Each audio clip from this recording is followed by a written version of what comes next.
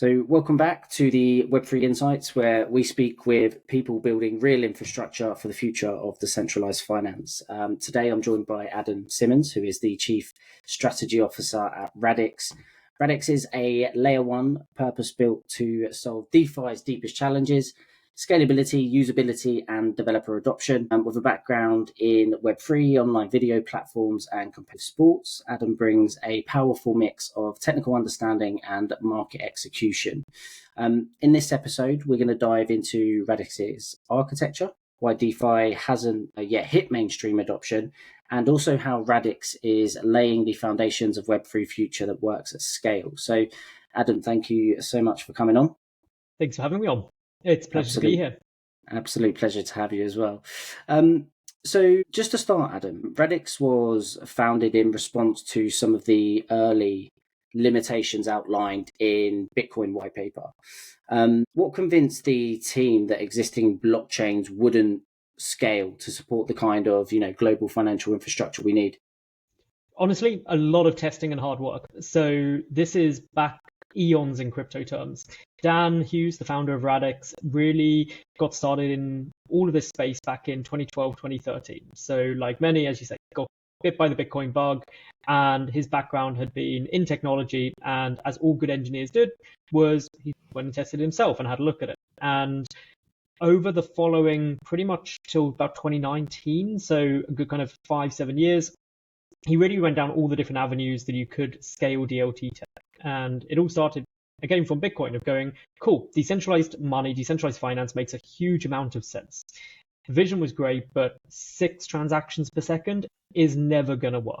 And so he really tested out everything from DAGs to hash trees to entirely new novel ways of structuring DLT architecture to try and maintain the core principles of crypto and blockchain without hitting those scalability limitations. And so the team grew around Dan over those years until about 2019, when they did a big test with a previous consensus algorithm called Tempo, which did 1.4 million transactions per second. And then from there, iterated on that into kind of our current headline consensus called Cerberus, which is linear scalable, which basically means that as you add more nodes, you get a consistent increase in the amount of transactions per second it can do. And that continues forever. So if one node could do 10 transactions per second, 1,000 nodes could do 10,000, etc. And so that is really novel in the space. It's the only consensus algorithm that not only is fully decentralized, is actually resistant in all of the liveness and safety areas that you'd want it to be, but also maintains atomic composability between all of the different shards. And that basically means that as you have on kind of Ethereum or anything like that, you can swap any asset with any dApp all in one transaction. You can actually do that on Radix Cerberus between any of those shards. And those properties are unique within Radix and is really down to the over a decade of R&D work that Dan and team have been doing. Awesome. We spoke briefly before the call there about, my entry into the Web3 space. Keen to understand, what brought you into Web3 and, drove you to sort of now being at Radix as well? Yeah, so I joined a little later than Dan, so I didn't get involved quite back in the 2012, 2013 period. But I've been Radix now for coming up to 5 years, so quite a long time in crypto terms. And prior to that, I've been in the space for about 4 or 5 years anyway. And really my background has always been a geek. So I've known about crypto, I've known about Bitcoin. I was there when there was the brief period where like Reddit had crypto payments on it, kind of built in, and it was all the fuss. And even though I wasn't in the space, one of the seed investors of the startup I was working for at the time had a massive data center and was doing a lot of crypto mining and kept kind of hammering us and being like, you should do crypto stuff, you should do crypto stuff. And we were resistant at first, mainly because while it was very good for payments, it was only just really coming around into like the ICO boom era. And we're like, yeah, there's lots of tokens launching for tokens' sake, but I want to do something serious. I want to do something which actually is bringing novel value in. And there was a couple of reasons there, but the team we had in that startup that was very successful. We then went and started up a crypto startup. And then about 4 or 5 years after that, I then joined Radix and really just fell in love with the mission. And I'll always remember that at the time, I it was completely serendipitous how I found out about Radix. I wasn't particularly looking or trying to find that, and I saw they had an open role. I was like, yeah, that really sounds like something great. And a 20-minute call ended up being like a 2-hour call, getting really deep into the vision and how Radix has built these things. And really the same thing that everyone finds with Radix is that once you start down the rabbit hole, you end up coming out the other end going like, yeah, I can't really see myself doing anything other than this. Yeah, no, for sure. That's amazing. For those hearing about Radix for the first time, what makes it different from, other layer ones, and why was it designed from the ground up rather than built as a layer on top of existing chains? Yeah, so the key difference is Radix has built its own version of basically every key layer of the L1 stack. So it has its own consensus algorithm, its own virtual machine, its own programming language, and its own UX layer. And none of that was really intentional. And one of the really kind of guiding principles of Radix that I've always admired is that we work from an end state backwards to work out what do you actually need to achieve this. So going right back to that 2012, 2013 point with Dan, it was going, well, what scalability and what properties does scalability need if the entire global financial system is going to run on DLTs? And then you start basically working backwards from that, going, well, actually, how much throughput do you need? And actually, the conclusion you get to is it's going to be millions of transactions per second. Anything short by that's going to be problems. Okay, you can't sacrifice decentralization. That's a core tenet of DLTs. And if you're going kind of some kind of centralized solution or like sequencer solution or something like that, you're hitting compromises to that key tenet, and that's going to have problems to adoption and also long-term trust in the system. Obviously, you can't have liveness and safety issues, kind of a no-brainer. But then you even get into things like the atomic composability piece, which is if you have a multi-chain world or parachains or L2s and things like that, you end up fragmenting how different parts of that system can interact with each other, which is really one of the superpowers of the system.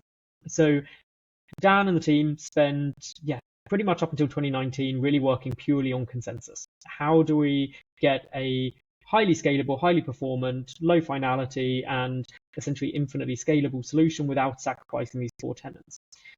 End of that is going, well, cool, we've got this hugely scalable L1. What do we do next? And at that time, the big kind of leading theory in that space was like EVM compatibility or alternative L1 consensuses with EVM bolted onto it. But again, jumping back to that kind of core guiding light of what is the end state you want to get to is actually, if scalability is fixed, is that the only thing stopping the adoption and use of blockchain networks?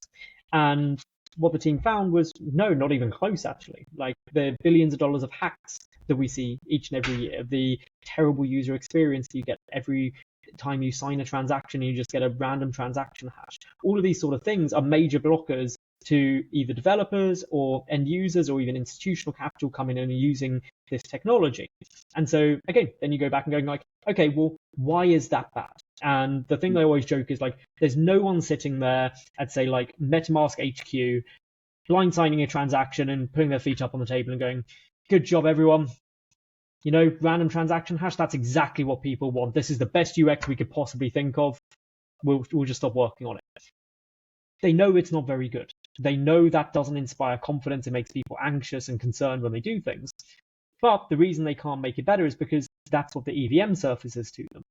Same with a lot of the hacks and exploits you get through in the EVM. That is coming through how it's actually architected rather than being like, oh, it's a bad developer making a mistake. There's just many interactions where it wasn't designed for handling assets at a really high scale.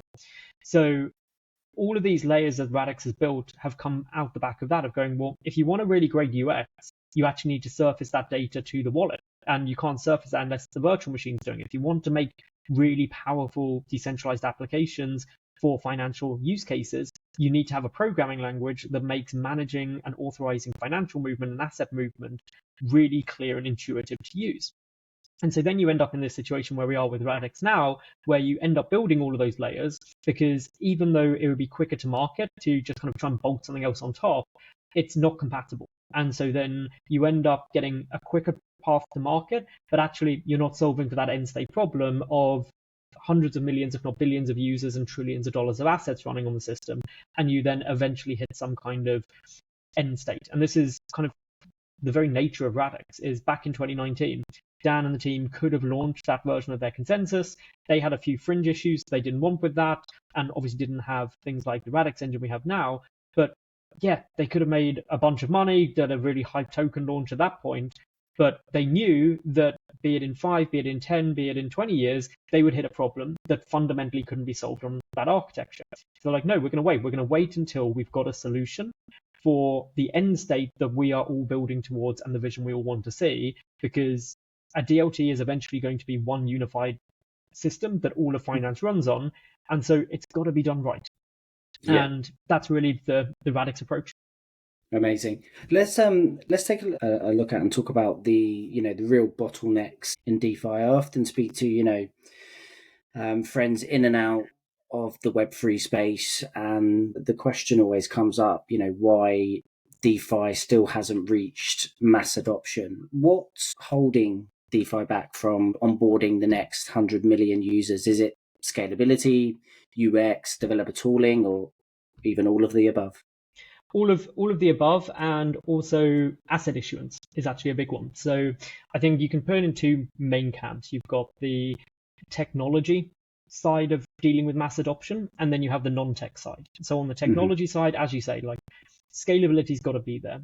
Anyone who was around during like the 2021 DeFi summer will remember paying hundreds of dollars for a simple swap on Ethereum. Obviously, that's not going to work.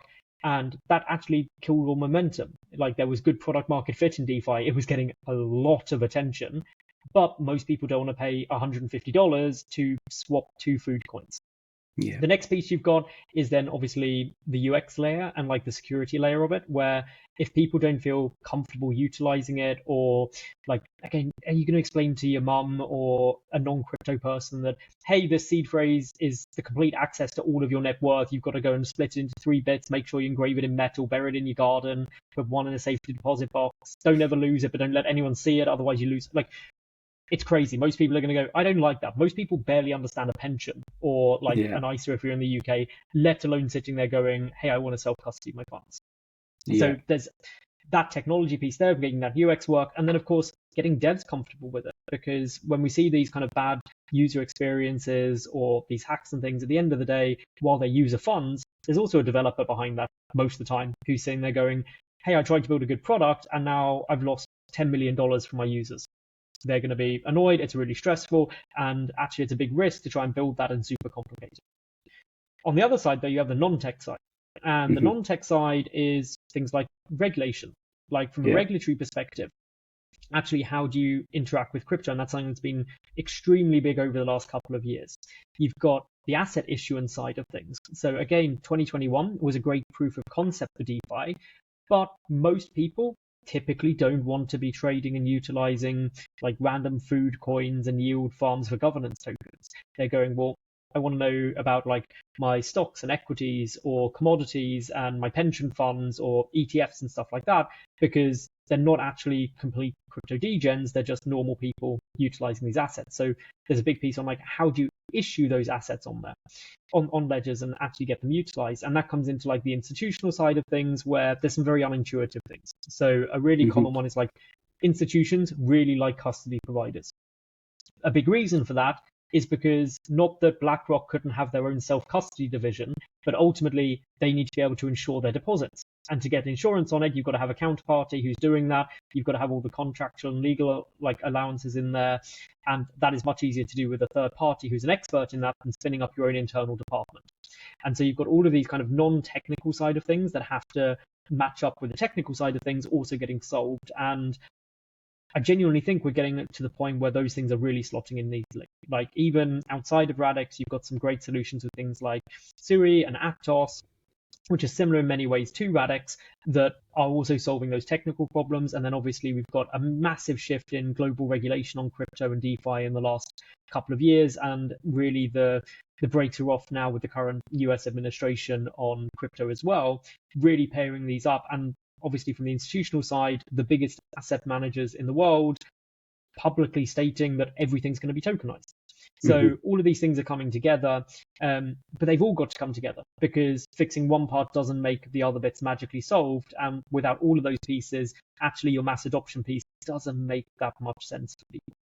Yeah, looking at the, improving the user experience, as we sort of mentioned there, Radix Wallet claims to deliver transaction clarity and built-in protection against, scam transactions. How does it work, and how is it also better than, the default experience users get today? So the big piece on this is it's nothing to do with the Radix wallet, really. So the Hmm. Radix wallet is just a nice, pretty interface. The reason it works is because of the Radix engine. So the Radix engine is kind of like a game engine for DeFi behavior, but Hmm. the big kind of innovation of it is it's what we call asset oriented.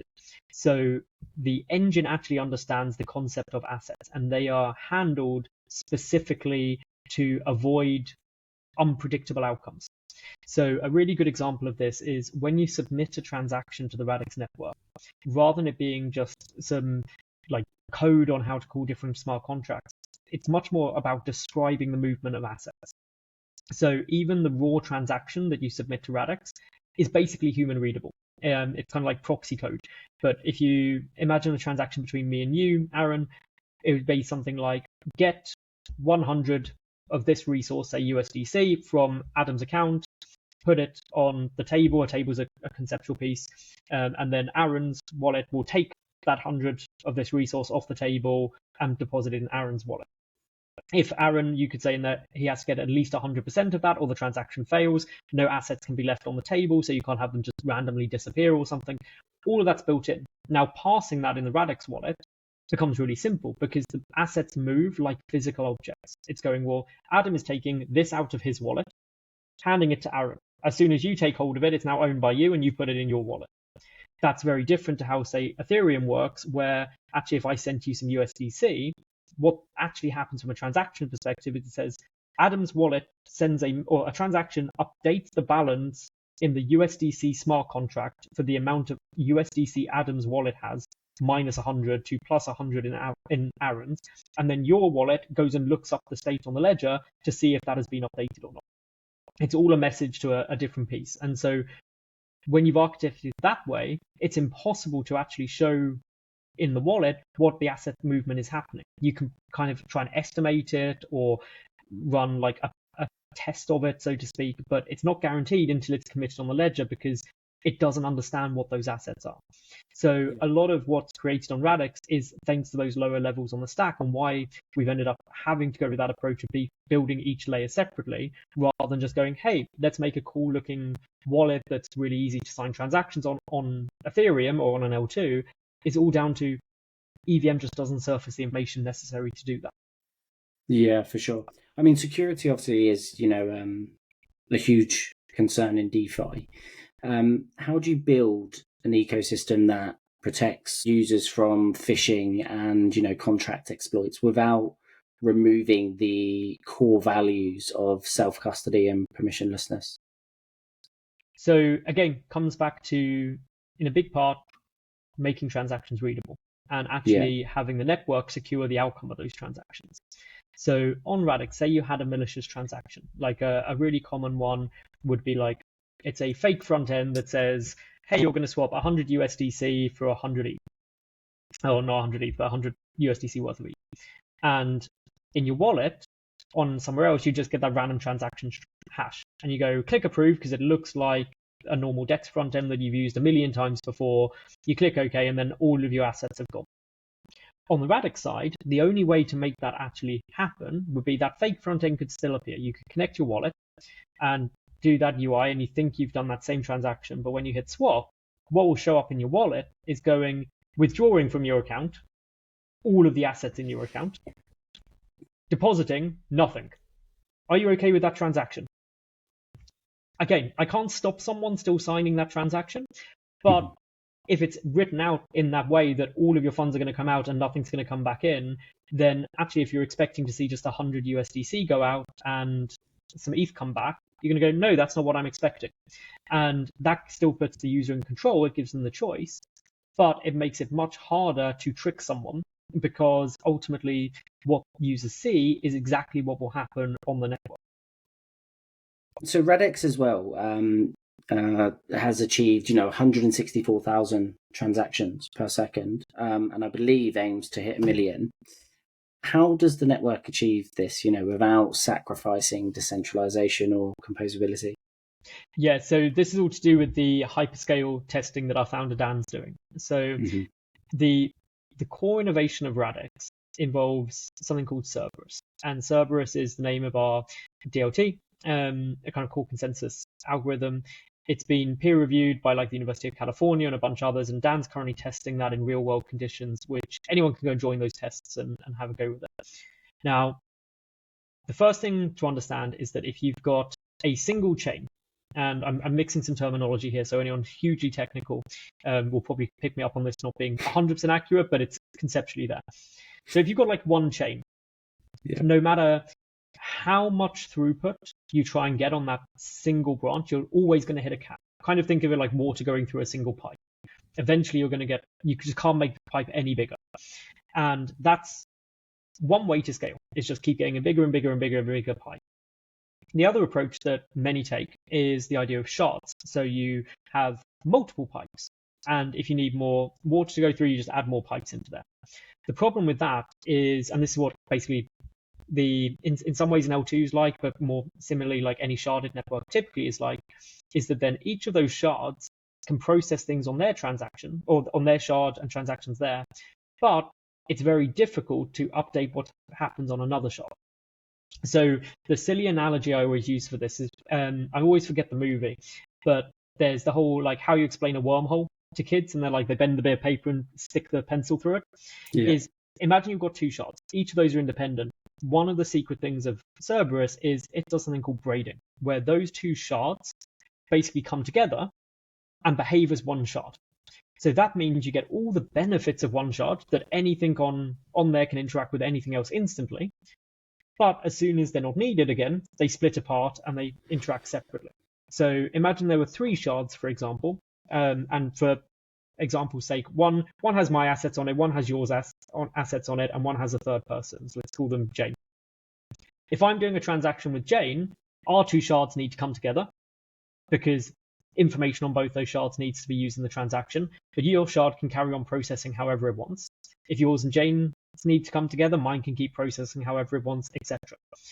Now, the next really special bit of Cerberus is that even though you can bring those two shards together to behave as one, if you've only got 2 shards or 10 shards or 100 shards, if you've got all of the world's assets, all of the world's users, all transacting constantly, they're basically always going to keep coming together and being stuck together in one point. And that means that you get the benefits of one shard still, but also the downsides when they're all together, of eventually the pipe can only get so big.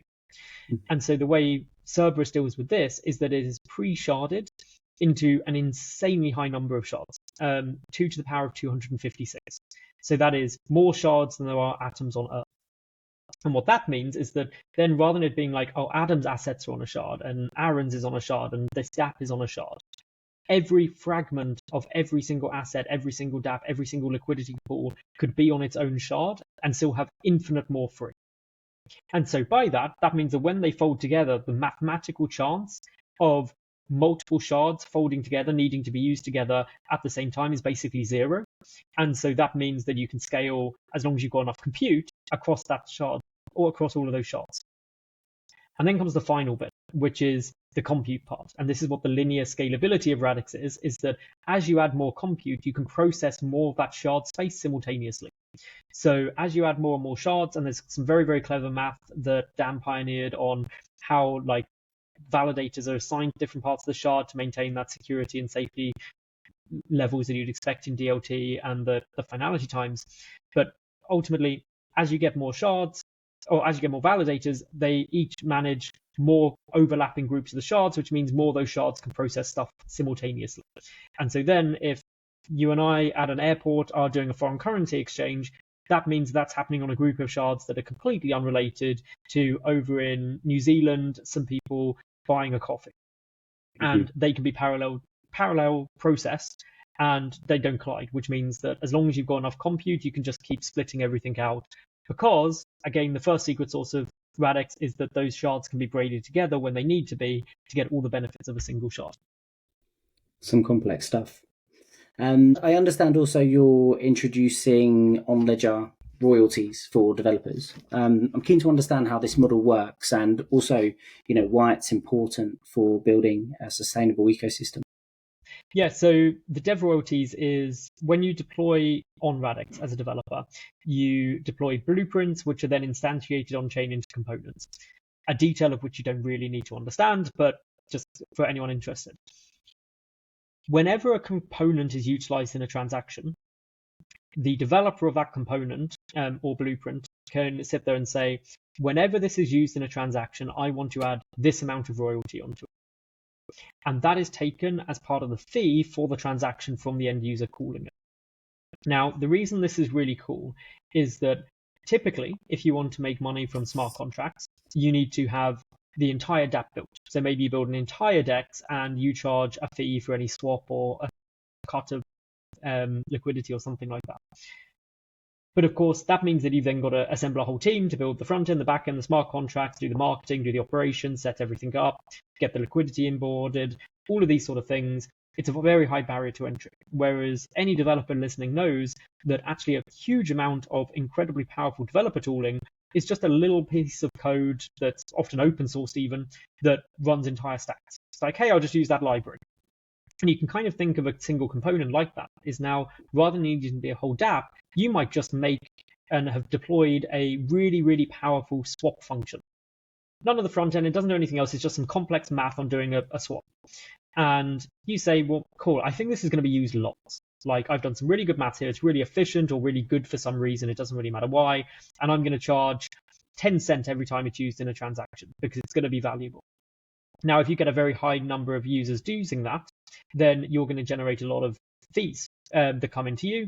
And because they're coming on the end user, another company that comes up and goes, oh, that's a really good library for or function to do a swap.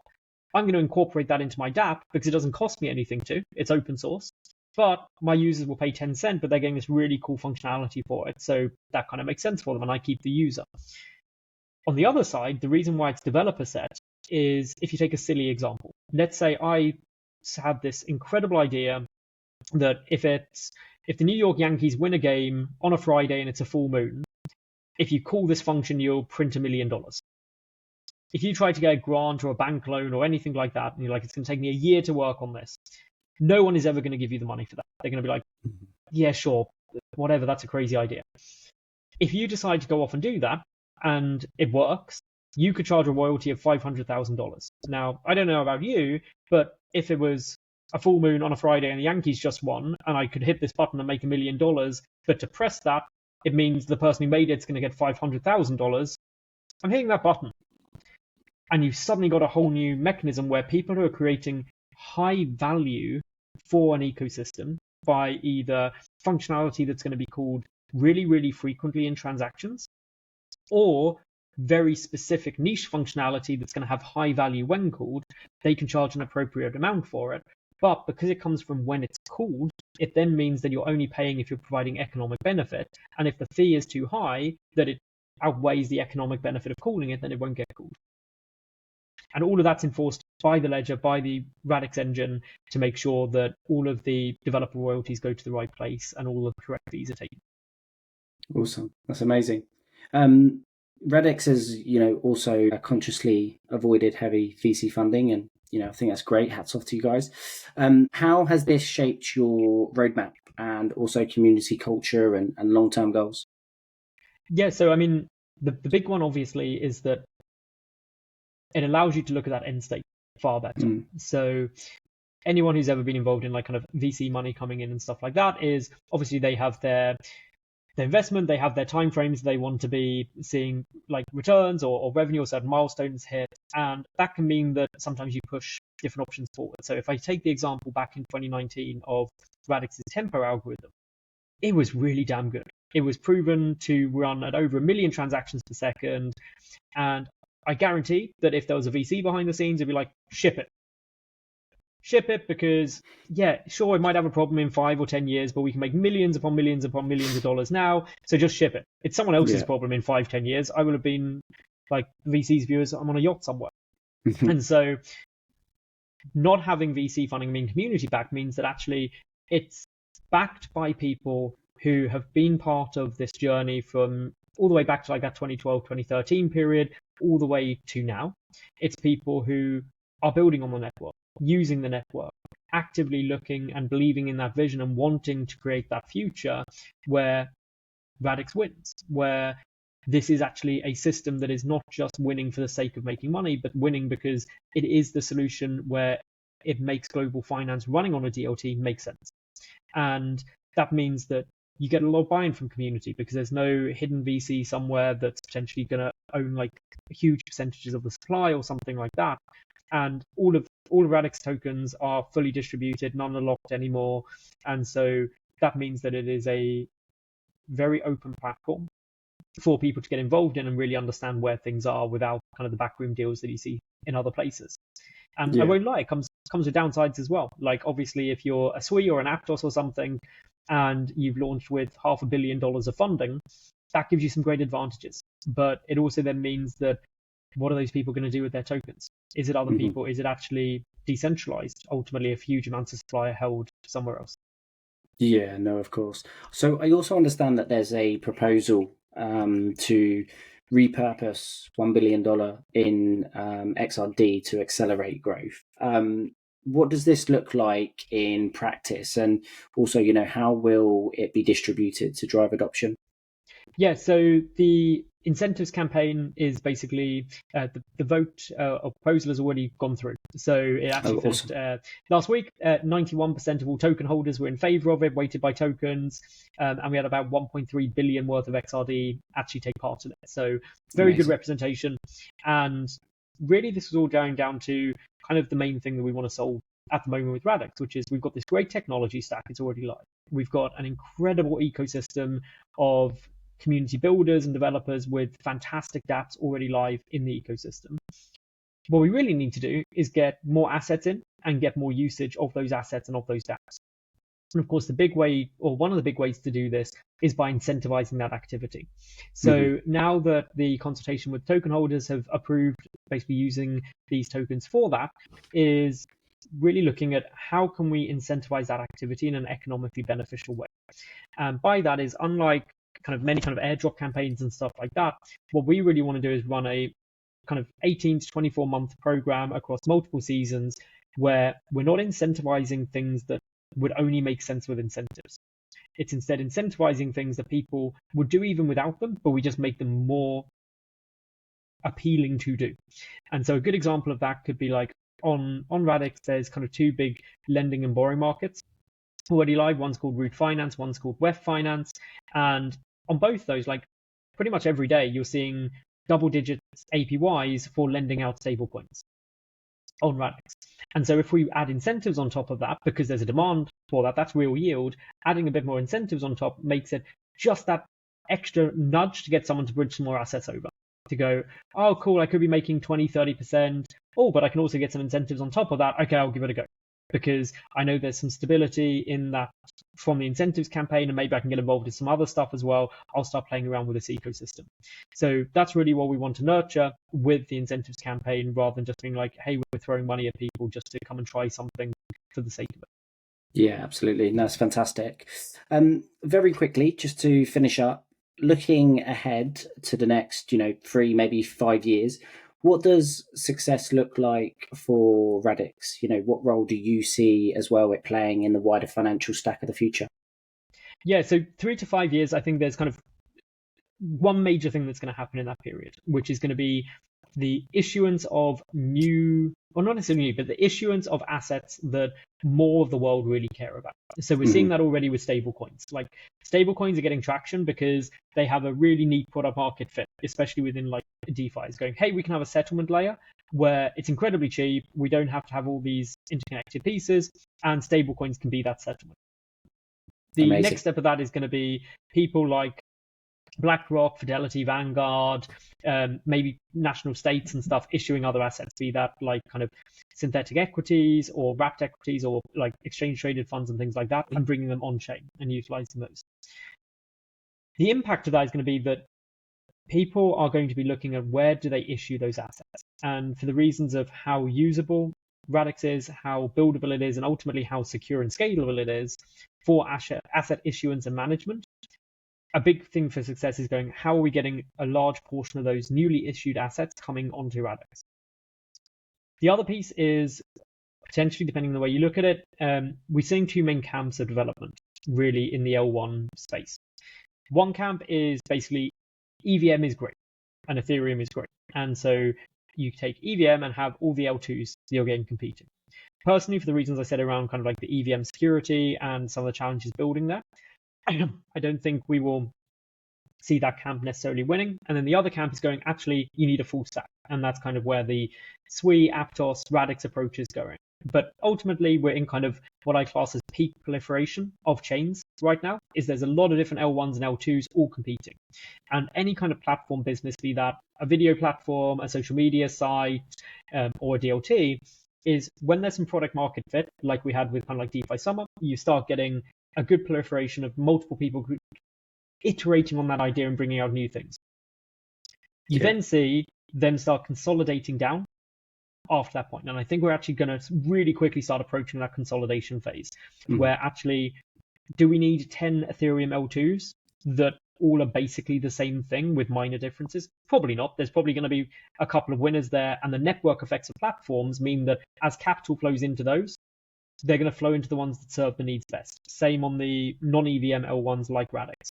And so in that 3 to 5 year phase is really going, how can we be one of those leaders on the non-EVM side and ultimately be one of the leaders out of the chains that remain in existence? Because every time things grow, be it through scalability, through the security, through the usability of these L1s and L2s, the weakest are going to always get knocked out. And then the capital will move to what's perceived as the strongest, and that will solidify their position more. And I think we'll see that consolidation over the next 3 to 5 years and really see it accelerated by kind of the onboarding of a lot more people and a lot more assets. And my view is Radix is a real contender to be one of the best places to issue assets and one of the best places to interact with.